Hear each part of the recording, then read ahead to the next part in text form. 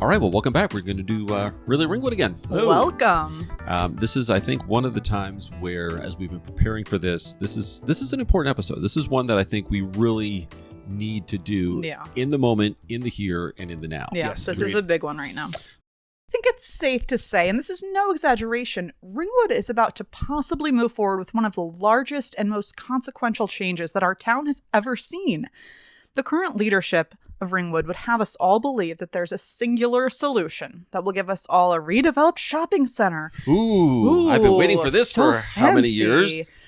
And that would give us, meet all of our affordable housing requirements. But to do this, it would mean all of this unnecessary overcrowding, all of this destruction of a large natural area in Ringwood. Yeah, but this plan would actually see the redevelopment of an area that it absolutely cannot and it should not support the type of proposal that the Ringwood Borough Council and town manager want you to think is the only thing that we can do. The only possible option. All the eggs in one basket. This is the only thing that we can do. But really? Because with this proposal, we would see congestion on Skyline Drive like you've never seen before. And we've seen congestion on Skyline Drive. The infrastructure attempted that they would need to build for this to happen has not even been properly put through planning or other required environmental testing. And we'd see huge areas of deforestation right there near Erskine. And of course, all those extended periods of construction that would exist right there on Skyline Drive. We have seen a single-minded all eggs in one basket solution put forward by the town council and borough manager. But actually, we haven't, because they say that there is a solution, but we have not seen actual documentation or a proposal for what this is. We've heard lots of rumors. There are past plans that have come back up, but we really don't know what their solution is. But they say their solution is going to fix everything. Everything that we've seen is years old, and lots has happened, we believe, behind the scenes, backdoor deals, whatever you want to call it, but we just don't know what's happening currently. We only have this thing to draw upon from so many years ago. Now, the funny thing about this proposal, it's safe to say that the majority of those of us who live here in Ringwood, absolutely, we don't want this. No one wants this. Right. In fact, it's kind of hard to find anyone that actually supports this beyond those who are on the council or if you're the town's manager. Right. So for the last number of years, the elected council and the town manager could have taken the time to solicit our feedback, find out how can we best address these two completely separate issues of field snow redevelopment and the need to provide affordable housing. And just let the town know what's going on. Let the people of Ringwood know these things are in the works. Right. And the lack of transparency and the years of unwillingness to engage the public as to what is about to change the course of history and the future of Ringwood is a very telling sign of their awareness that what they're trying to do, they're the only ones that want this to happen in Ringwood. And this really kind of seems to be just a pattern. Let's go back. The changes to the plan to clean up the Ford site. Nope. We didn't clean up the Ford site. We capped the Ford site. And nothing's really been done there for the last year. So again, at the direction of our town's leadership, we are in a place where there's no transparency and, what's worse, a lack of action and a lack of activity. So just the town people being kept in the dark, decisions being made behind closed doors, just themes that keep on coming and coming and coming. Right. And, the lack of accountability and follow-up with even more recently, the quarry. They needed to renew their permit to keep on digging, but all of those safeguards that they're supposed to be providing, I don't think any of us have really seen any of that. It was a great topic of debate. There was some great theater inside of some of the most recent council meetings, but interesting how that vote went to get that permit passed.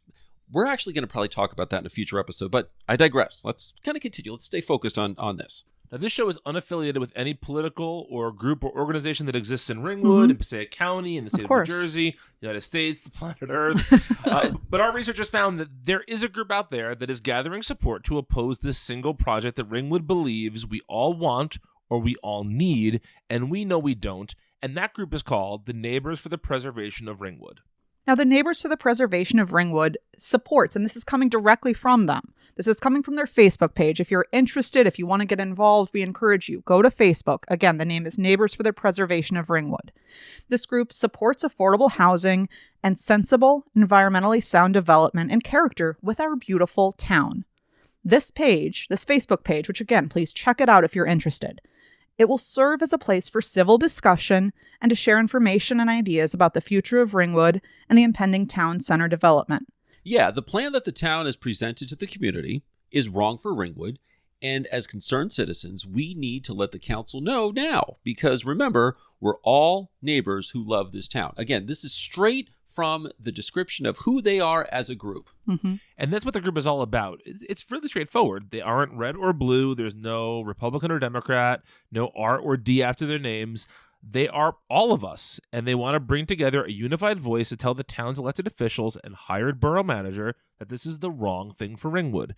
To illustrate the unifying that's happening here in Ringwood over this very issue, let's take a look at some of the social media postings that have recently been supported or commented on by individuals in our town. Now, for those who don't know, there are a lot, and I mean a lot of groups in Ringwood, and some folks are members or even administrators of multiple groups. There's an administrator and a moderator that's responsible for those groups. And for some of those groups. For some of those groups, right. Like moms and dads or voices. Now, the more heavily censored groups. There you go. Now, it's no secret because our comments and our posts about issues in Ringwood were either banned, removed, deleted, trolled, bullied in some of these other, Ringwood, Facebook social media groups. But, we wouldn't have brought together this merry band of misfits to create this forum for getting the messages out to you if it weren't for them. No, we've already mentioned that many of us in the community have stated our opposition to this plan of, high-density housing on Skyline Drive. But one very interesting tell for many of us that work on this show was simply that the same moderator and admin is out there saying, I don't want this either. Right. Yeah. From our perspective, how crazy is it that even the people who would have typically, had opposing viewpoints to us, trolled us, bullied us, banned us, are in agreement on this very issue? I think that just shows how universal this issue is. Absolutely. It's wrong for Ringwood beyond blue, red, Republican, Democrat, etc. Absolutely. It's not a party line issue. No, and sometimes, we wonder if the leadership of Ringwood is actually paying attention to what the town of Ringwood is looking for, because we've seen the lack of accountability and the lack of being in touch with what Ringwood wants as a whole in many of their decisions. I mean, take a look at the Quarry. An interesting vote just happened to renew the Quarry's license. Mm-hmm. We touched on the interesting outcome, but there's definitely a louder voice in Ringwood that said we want more accountability, but we still don't see it. Right. Take a look at the Ford Superfund site. Exactly. Again, sorry, let me correct myself. It's not a cleanup. It's a cap. And thanks in part to the leadership of Ringwood and in opposition to what the town of Ringwood had actually asked for, we're still kind of not done with that project there. In fact, nothing's really been going on out there. And to those of you listening, do you see a pattern here? Absolutely. We do, and we kind of think you do too. And Ringwood, we have a very unique opportunity right now to make sure that our collective voice is heard if we don't want high-density housing on Skyline Drive. It's no secret the majority of Ringwood is made up of Republicans.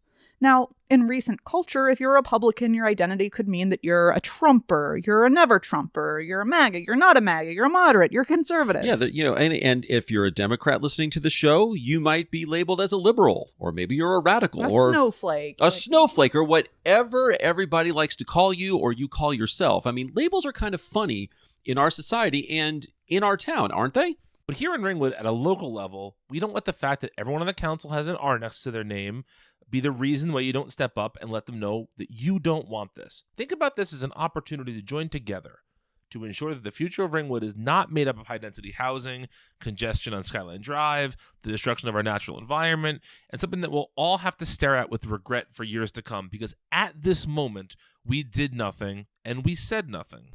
Do you really want that to be the reason that you tell your kids about the time when you couldn't see rooftops from Erskine Lake? Or the fact that you can't make a left turn into the shopping center anymore, or that you didn't make it home in time for dinner because it was bumper-to-bumper traffic from 287 all the way? Right. I mean, the group that we talked about is doing a fantastic job of unifying Ringwood in a way that not only lets the leadership of our town know that we don't want this, but there is more than one way to accomplish both separate issues. Now, it's easy for us to say that we've talked to people and they don't want this plan either. But there are two very telling things that any one of us right now could look at on social media and see that this issue crosses party lines and crosses political identification, whether you're red or you're blue.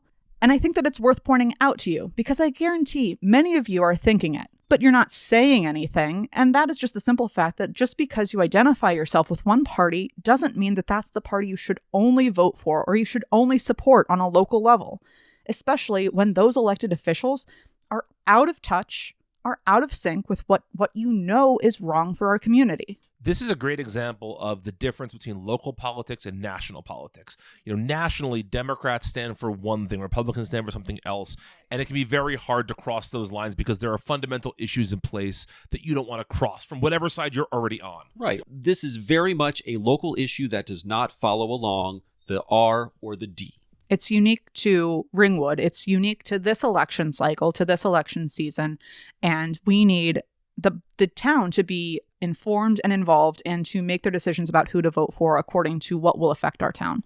And I would also say to pay attention to how those in power have been making decisions in recent years as these have come to light.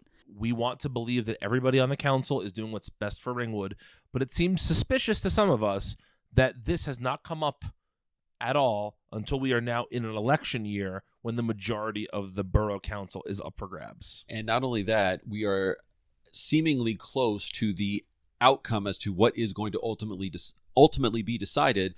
And we waited all this time to now see the leadership of our town start to solicit our feedback. That feedback should have been solicited on an ongoing basis, regardless of where the processes was in place, so that when we got to a point where we could do something about it, it was what the town wanted as a whole, what's good for Ringwood, not what's good for what somebody else decided years ago, and that's everything we put in that basket is all we can do. We should also mention that we are now more than 20 years from the start of the talk of the redevelopment of Fieldstone. Right, exactly. And this isn't new. No, this isn't new at all. Again, don't look at what's being said. Look at what's been done so far. I think that's really important. Or what hasn't been done. Mm-hmm. That exactly. Absolutely. It's not always action, it's inaction. Or it's not, don't pay attention to what I'm saying now in an election year, because in short-term memory, this is the stuff that we'll all remember. But we really need to be looking at what did you do or what didn't you do? Because that in the big picture is where we are at this point. And we will have more on what hasn't been done in future episodes, and we will look deeper at this issue. But for now, if this is something that appeals to you, if you say, I don't want high-density housing for Skyline Drive, there is a Facebook group, Neighbors for the Preservation of Ringwood. Get active now, because it's getting to the point where we're almost at the end of this, and we need to act now, or we're going to be regretting this for many years in the future. So show up at the council meetings, enter your statement in public record, join, look at this Facebook group, consider joining them. They've got a petition there. There are ways in which you can go on record as saying, we don't want this. We'll put the petition in our show notes as well so that you can sign it in case you didn't know there was a petition out there. We will have that available for you. And as always, we appreciate you listening, considering the other side, and we hope that this has inspired you to take action to preserve the town that we love so much.